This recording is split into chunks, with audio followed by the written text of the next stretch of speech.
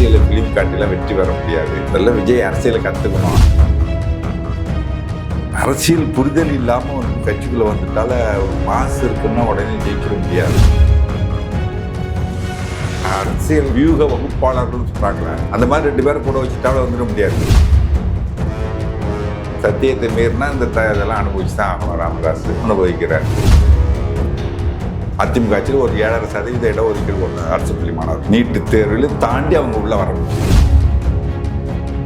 சசிகலா காலில் விழுந்து பழகிட்டாரு, பார்த்தா டப்புன்னு விழுந்துருவாரு. எல்லாரும் வீடு விட்டா எல்லா கட்சிக்காரங்களும் விழுந்துருவாங்க. அப்போ நான் திடீர்னு எனக்கு ஃபோன் பண்ணி, சார் நாங்கள் எலெக்ஷன் நிற்க போகிறோம் சார். எந்த கட்சின்னா சீமான் கட்சியில் நிற்கிறோம் சார்.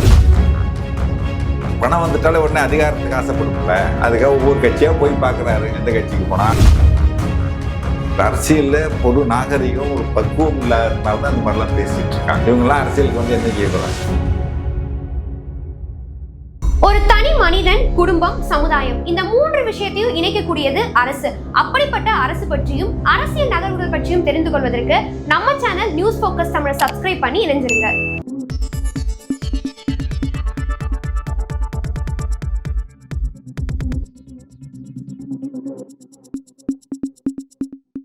நியூஸ் ஃபோக்கஸ் தமிழ் நேயர்களுக்கு வணக்கம். இன்று நம்மோடு நேர்காணலில் இருந்திருக்கக்கூடியவர் மூத்த பத்திரிகையாளர் இரா.குமார் அவர்கள். வணக்கம் சார். வணக்கம். ஓவராலா விஜயோட பாலிடிக்ஸ் எப்படி சார் இருக்கு? ஏன்னா 1 இயர் தானே இருக்கு. ஓவராலா அவரோட பாலிடிக்ஸ் எப்படி இருக்கு? முதல்ல அவர் வந்து இன்னும் எல்லா மாவட்டத்துக்கும் செயலாளர்கள் போட்டதா தெரியல. கட்சி கட்டமைப்பை உருவாக்கணும், கீழே ரூட் லெவலுக்கு கட்சியை கட்டமைக்கணும், பூத் கமிட்டிலாம் போடணும், அவங்களாம் பயிற்சி கொடுக்கணும், செய்ய வேண்டிய வேலைகள் நிறைய இருக்குது. அவர் இன்னும் சினிமாவில் நடிச்சுக்கிட்டு அங்கேயும் இங்கேயும் போயிட்டு வந்துட்டு பனையூர் விட்டு வெளியில் வராமல் இருந்தாருன்னா, முதல்ல மக்களை போய் சந்திக்கணும். வெள்ளம் வந்துச்சுன்னா முதலமைச்சர் போய் நிற்கிறாருங்க, நீ வீட்டுக்கு கூப்பிட்டு அரிசி பருப்பு கொடுத்துட்டாப்புல உனக்கு உடனே தான் ஆயிடுமா? அதுவும் பார்த்தீங்கன்னா ஒரே ஆளே வருது. போன முறை யார் வாங்கினாங்களோ அவங்களே தான் இந்த முறை வாங்குறாங்க. இதை வெள்ளம் ஒரு இடத்துல மட்டும் தான் பாதிக்குதா, வேறு இடத்துல பாதிக்கலையா? அதனால் வந்துட்டு இதெல்லாம் சும்மா இந்த ஃபிலிம் காட்டுற வேலையெல்லாம் வந்து சினிமாவோட தான் இருக்கும். அரசியலில் ஃபிலிம் காட்டிலாம் வெற்றி பெற முடியாது. அதெல்லாம் விஜய் அரசியலை கற்றுக்கணும். அவர் என்ன பண்ணுவார் பாவம், அவரை வந்து மிரட்டி கொண்டாந்து அரசியல் இறக்கி விட்ருக்காங்க. நீ வா அப்படின்னு பிஜேபி போயிட்டு நெய்வேலியில் நடிச்சிக்கிட்டு இருந்தவரை தூக்கி காரில் போட்டு ஐடிக்காரங்க போய் இன்கம் டேக்ஸ்லேருந்து தூக்கி அந்த போட்டு கணக்கு காட்டு, அதை காட்டு, இதை காட்டுன்னு விஜய் வருமான வரித்துறை வச்சு மிரட்டி ஒரு கட்சி தொடங்கு அப்படின்னு கட்சி தொடங்க வச்சுருக்காங்க. பணம் கொடுத்துட்ற செலவு நான் பார்த்துட்டு நீ கட்சி தொடங்க கூட சொல்லியிருக்கலாம். அதனாலே விஜய் வந்து இப்போ ஆனால் இப்போ இதில் வேடிக்கை என்னென்னா, இப்போ ஒவ்வொரு பதவி கட்சி பதவியெல்லாம் விற்கிறாங்களா 4 லட்சம் 5 லட்சம்ன்ட்டு. அது இல்லாமல் சொல்கிறாங்க இப்போ 2.5 கோடி ரூபா கொடுத்தா தான் வேட்பாளராம். சீட்டு கொடுக்கணும்னா, தேர்தல் போட்டியிட வாய்ப்பு கொடுக்கணும்னா 2.5 கோடி கட்சிக்கு கொடுக்கணுமா. அது இல்லாமல் தேர்தல் செலவு அவங்க பார்த்துக்கணுமா. அதனால் இப்போ 20 பேர் தான் அந்த மாதிரி வந்திருக்காங்க, வேட்பாளர் போட்டியிடத்துக்கு விருப்பம் தெரிவிச்சிருக்காங்கன்னு சொல்கிறாங்க. உண்மையாக இருந்துச்சுன்னா இதெல்லாம் பெரிய கொடுமை. பாவம், அவனை நடுத்தருக்கு கொண்டாந்து விடணும். ரசிகனை கொஞ்சம் வசதியான ரசிகனாக நடுத்தருக்கு கொண்டாந்து, அவன் ரசிகனாக கூட இல்லாமல் இருக்கலாம். புதுசாக ஒரு காசு இருக்குது ஏதாவது ஒரு கட்சியில், மற்ற கட்சியில் போன உடனே உள்ளே சேர்ந்த உடனே எல்லாம் சீட்டு வாங்க முடியாது. இதுனா புது கட்சி உள்ளே கூட சீட்டு வாங்கிடலாம், ஜெயிக்கலான்னு ஒரு கனவுல கூட இருந்துக்கலாம். எனக்கு தெரிஞ்சு கூட ஒரு பேராசிரியர் ஒருத்தவங்க பதவி ரிசைன் பண்ணிட்டு போய் சீமான் கட்சியில் போய் போட்டிட்டாங்க. திடீர்னு எனக்கு ஃபோன் பண்ணி, சார் நாங்கள் எலெக்ஷன் நிற்க போகிறோம் சார். எந்த கட்சின்னா சீமான் கட்சியில் நிற்கிறோம் சார் அப்படின்னாங்க. செலவு யாருங்க பண்ணணுன்னா நம்ம தான் பண்ணணும்னா, நான் என்னையும் சேர்த்துக்கிறீங்க அப்படின்னா, சார் செலவு பண்ண நான் எதுக்குங்க செலவு பண்ணணும், நானே உங்களுக்கு எதுக்கு நான் செலவு பண்ணணும், அது சீமான் கட்சிக்கு அப்படின்னு. கடைசியில் தேர்தல் முடிஞ்ச பிறகு என்னங்க ஆச்சு அப்படின்னா, 1500 ஓட்டு வாங்கினேன் சார். வெற்றி பெற்று நம்பிக்கையோடு போய் நின்னேன் சார். அந்த அளவுக்கு ஒரு குருட்டு நம்பிக்கை. அது மாதிரி வரவன் இருக்கான், காசு இருக்குது செலவு பண்ணுவோம், நம்ம எம்எல்ஏ ஆகிட மாட்டோமா அப்படின்னு சொல்லிட்டு வரவன் இருப்பான். அவன் நாளைக்கு தெருவில் நிற்பான். அதான் முதல்ல அரசியல் விஜய் அரசியல் கற்றுக்கிட்டோம். அரசியல்னா என்ன அப்படின்ட்டு ஒரு அரசியல் புரிதல் இல்லாமல் வந்து கட்சிக்குள்ளே வந்துட்டால ஒரு மாசு இருக்குன்னா உடனே ஜெயிச்சிட முடியாது. உனக்கு என்ன தெரியும்? சமூக பொருளாதார அறிவியல் வேணும். உங்களுக்கு ஒரு சமுதாயம், ஒரு குறிப்பிட்ட ஒரு சமூகம் கீழே கிடக்கு, பொருளாதார ரீதியாக கல்வி ரீதியில் கீழே கிடக்காங்க, அவங்களுக்கு ஒரு சமூகத்தில் ஒரு மரியாதை இல்லை அப்படின்னு சொன்னால் எந்த சமூகங்களுக்கு அந்த மாதிரி கிடக்குன்றது தெரியணும். அது ஏன் அப்படி இருக்குது, அந்த சமுதாயம் மேலே வர்றதுக்கு எது தடையாக இருக்குது, அந்த தடையை எப்படி நீக்கிறது, அதெல்லாம் தெரிஞ்சிருக்கணும். இப்போ அந்த விஷயம் பாருங்கள், அதிமுக ஆட்சியில் ஒரு 7.5% இடஒதுக்கீடு கொண்டு அரசு பள்ளி மாணவர்களுக்கு. நீட்டு தேர்வில் தாண்டி அவங்க உள்ளே வர முடிஞ்சுது. நீட்டு தடையாக இருக்குது. இப்போ என்ன பண்ணலாம்? கொண்டு வா. அதே மாதிரி இப்போ கலைஞர் என்ன பண்ணார்? பாமகவுக்கு இந்த வன்னியர் சமுதாயத்துக்கு அந்த இடஒதுக்கீடு பலன் முழுசும் போய் சேரல. 50% இடஒதுக்கீடு பிற்படுத்தப்பட்டவர்கள் கொடுத்தோம். அதோட முழு இது வந்து வன்னிய சமுதாயம் பெரிய சமுதாயம், மிகப்பெரிய ஜாதி. அவங்களுக்கு போய் சேரல. அவங்க இன்னும் கீழே இருக்காங்க. என்ன பண்ணலாம்? தனியாக ஜாதி வாரி இடஒதுக்கீடு கொடுக்க முடியாது. ஒரு சின்ன சின்ன ஜாதிகள்லாம் சேர்த்து ஒரு 108 ஜாதிகள் சேர்த்து பெரும்பான்மை சமுதாயம் வன்னியர் சமுதாயம் ஒரு 20% மிகவும் பிற்படுத்தப்பட்டோர்னு உருவாக்கி அந்த வருஷம் கொடுத்தாரு. கொடுத்த உடனே இந்த வன்னியர்கள்லாம் ஓரளவுக்கு மேலே வந்துட்டாங்க. அந்த மாதிரி எது தடையாக இருக்குது, அதுக்கு என்ன செய்யலாம், அதை தெரிஞ்சு கொண்டு வரணும். அது அப்போ 20% வந்தப்போ ஒன்றும் இதில் அப்புறம் அருந்த சமூகத்துக்கு கொடுத்தாரு 3% உள்ஒதுக்கீடு.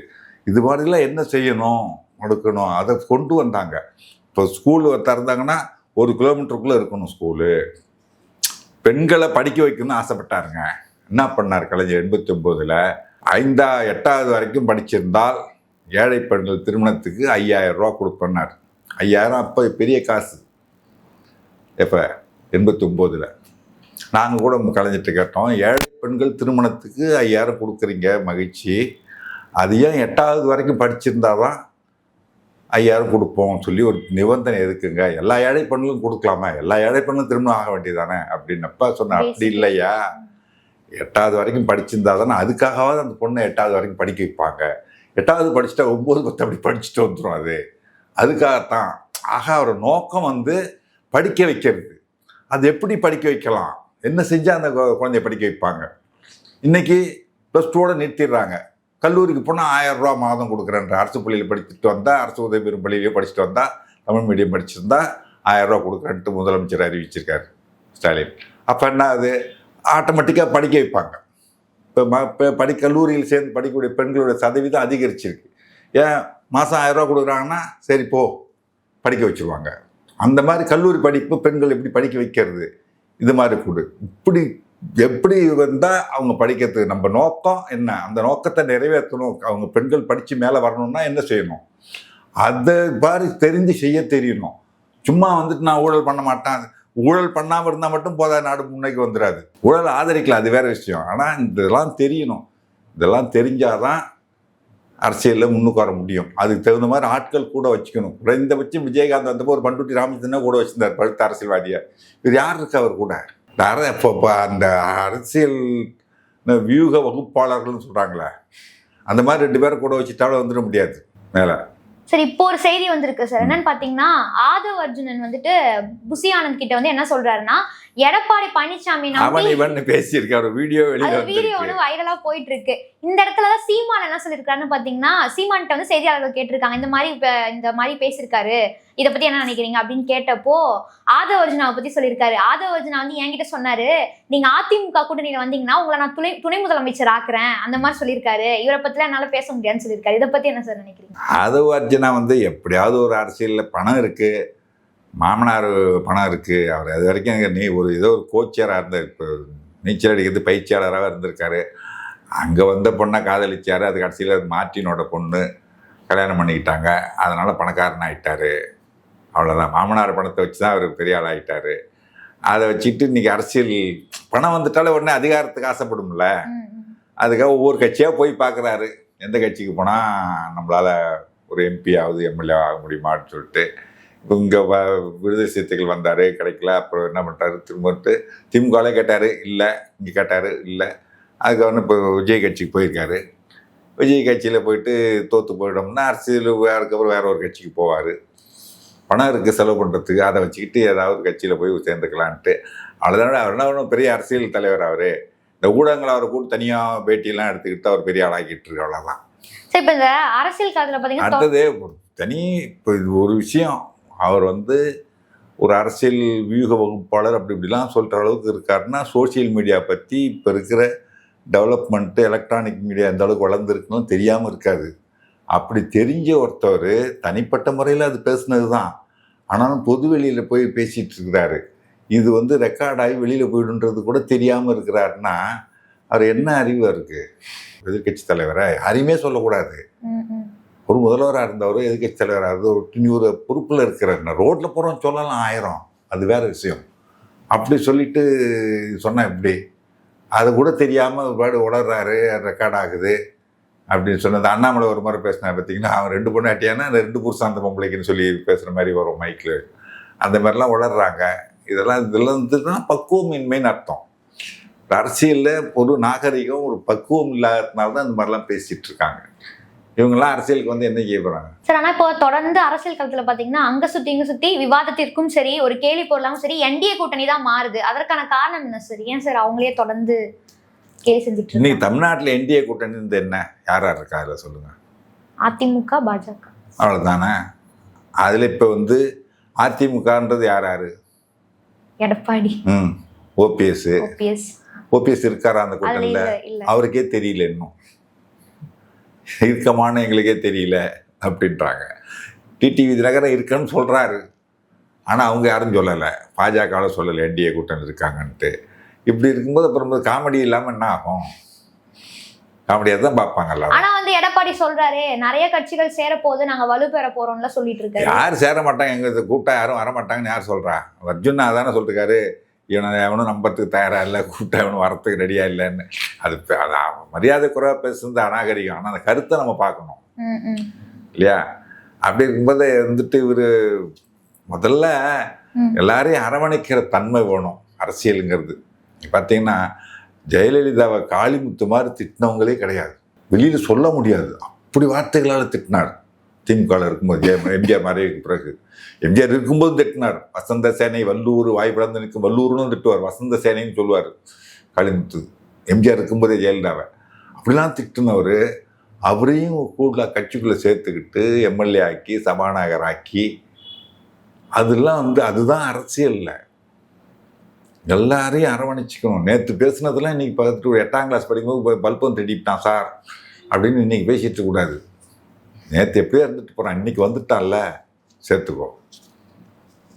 அதுதான் கமலஹாசன் பேசாத பேச்சா? நீ கூட்டணிக்கு வந்தவொடனே சேர்த்துக்கிட்டு அவருக்கு ஒரு எம்பி பதவி கொடுத்துருக்காருல்ல முதலமைச்சர் ஸ்டாலின்.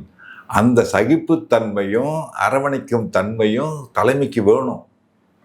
அது இருந்தால் தான் முடியும். இவன் வந்தால் நம்மளை காலி பண்ணுறானோ, அவன் வந்தால் நம்மளை காலி பண்ணுறானோ, எவனி கிட்ட விடாது, நான் மட்டும் தனியாக அப்படி இருந்துக்கிறேன் அப்படின்ற மனப்பான்மையில் இருக்கிறார் யார்? எடப்பாடி. அது வந்து அரசியல் வளர முடியாது. ஜெயலலிதாட்ட அந்த பாடத்தை கற்றுருக்கணும். அவர் எப்படிலாம் பேசுனவங்களெல்லாம் திரும்ப உள்ள சேர்த்துக்கிட்டு அந்த அம்மா உச்சபட்சம்னு சொல்கிறது நாங்கள் சொல்கிற காளிமுத்து இப்படிலாம் பேசியிருக்காரு. வெளியிலே சொல்ல முடியாதுங்க அவர் பேசுனதெல்லாம். அப்படி பேசுனது திட்டியிருக்காரு. அந்த கூப்பிட்டு சேர்த்துக்கிட்டு சபானா ஆக்கினாங்கன்னா அந்த சகிப்புத்தன்மை வேணும் தலைமைக்கு. ஜெயலலிதா சகிப்புத்தன்மை பெரிய விஷயம். அந்த அம்மா நினச்ச போட்டு சாத்தி எறிஞ்சிடும் யாரை வேணாலும். அந்த அம்மாவே வந்து காளிமுத்து சேர்த்துக்கிட்டாங்க. அப்படி இருக்கும்போது இவர் வந்து எல்லாரையும் அரவணைச்சு கொண்டு போகிறதுக்குரிய ஒரு மனப்பான்மை வேணும். ஆனால் அவருக்கு உள்ள பயம், அவரை பற்றி அவருக்கு தெரியுது. சசிகலாவே உள்ளே விட்டோம்னா எதிரில் பார்த்தா இவரே டப்புன்னு காலில் விழுந்துருவார். யார்? எடப்பாடியே. ஏன்னா அவர் இப்படி பழகிடுச்சு, ஏதாவது ஒரு காலில் விழுந்து பழகிடுச்சு. அதனால் வந்து சசிகலா காலில் விழுந்து பழகிட்டார். பார்த்தா டப்புன்னு விழுந்துருவார். எல்லோரும் இவரே விழுந்தால் எல்லா கட்சிக்காரனும் விழுந்துருவாங்க. அப்போ நான் சசிகலா செல்வாக கூடிட்டோம், இவர் ஓரம் கட்டப்படுவார். அதனால தான் சசிகலா கிட்டவே விடாத, அந்த காலில் விழுந்துடும், நம்மளே விழுந்துருவோம், வேண்டாம் பார்க்காமலே இருப்போம் அப்படின்ட்டு இருக்காரு. சார், இப்போ தமிழ்நாடு அரசியல் காலத்தில் இன்னொரு மிக முக்கிய கட்சி வந்துட்டு பாட்டாளி மக்கள் கட்சி. ஆனால் அதில் பார்த்தீங்கன்னா அப்பாவுக்கும் பையனுக்கும் மிகப்பெரிய முரண்பாடு போயிட்டு இருக்கு. இதை பற்றி என்ன நினைக்கிறீங்க? பரிதாபம் தான். ராமதாஸ் நிலைமையை பார்த்தா இன்றைக்கி 16 பேரை கூப்பிட்ருக்காரு, 16 மாவட்ட செயலாளர்கள் தலைவர்களை கூப்பிட்ருக்காரு. அதில் 15 மாவட்டங்கள்லேருந்து நிர்வாகிகள் வந்து கலந்துட்டாங்க. ஒரு மாவட்டம் தான் வரல, அன்புமணி. ராமதாஸ் கூப்பிட்டா யாரும் போகாதீங்கன்னு அன்புமணியை தடுக்கிறாரு சொல்லி புலம்புற நிலைமைக்கு ஆகிப்போச்சு ராமதாஸ் நிலைமை. அவர் கண்ணீர் விட்டு அவர் தொடங்குறது. அதில் வந்து எந்த சந்தேகமும் கிடையாது. இந்த வன்னியர் சங்கமாகட்டும், இந்த பாட்டாளி மக்கள் கட்சியாகட்டும், அதை முழுக்க உருவாக்கியது மிக பெரும் பங்கு ராமதாஸுக்கு உண்டு. அவரால் தான் அந்த சங்கம் உருவாச்சு.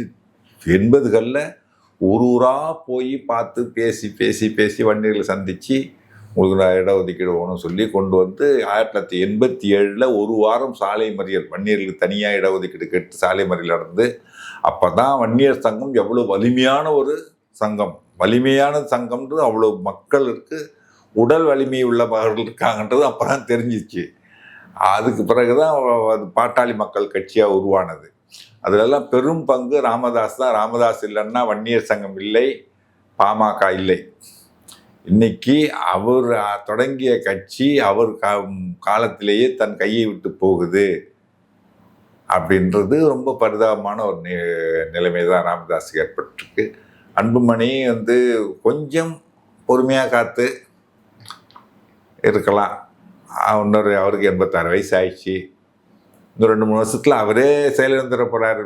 அதுக்கு மேலே என்ன ஆக்டிவாக இருக்க முடியும்? வயசாயிடுச்சு, ஒதுக்கிக்கலாம். இப்போ வந்து மகனை கொண்டு வந்து ஏன் தப்பு, என் சத்தியத்தை மீறி என் மகனை நான் மத்திய அமைச்சராக்கியது நான் செய்த தவறு அப்படின்னு சொல்கிறாரு. சத்தியத்தை மீறினா இந்த இதெல்லாம் அனுபவிச்சு தான் ஆகணும். ராமதாஸ் அனுபவிக்கிறாரு. அவர் செய்த தவறுகளுக்கு அவரே அனுபவிக்கிறார் இன்னைக்கு. சார், ஆனா இப்போ இந்த கட்சிக்குள்ள அப்பாக்கும் பையனுக்கும் இருக்கிற இந்த பிரச்சனை அப்படிங்கிறது அவர்களுடைய தொண்டர்கள் மத்தியில ஒரு அதிருப்தியை கிரியேட் பண்ணாது. அது அவங்களுக்கே கட்சி வந்து பெரும்பகுதி வந்து பெரும்பாலும் கட்சி வந்து அன்புமணி கையில தான் இருக்கு. அது பேசிக்கா ஒரே காரணம் ராமதாசனுடைய வயது. டாக்டர் ராமதாஸ் வயது வந்து 86 வயசு ஆச்சு. 86 வயசுல இனிமே என்ன எதிர்காலம் இருக்கும்? அவர் இருக்க வரைக்கும் தான்.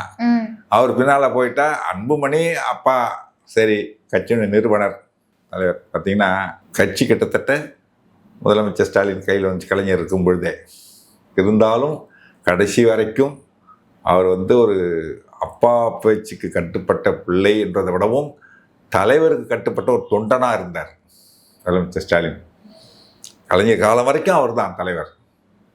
அவர் இருக்க வரைக்கும் அவர் தான் முதலமைச்சர். நான் முதல்வர் ஆகணும்னோ மேலே வரணும்னோ அவர் ஆசைப்படவே இல்லை. அவர் கடந்த காலத்தில் கஷ்டப்பட்டு கட்சியை காப்பாற்றியிருக்கார்.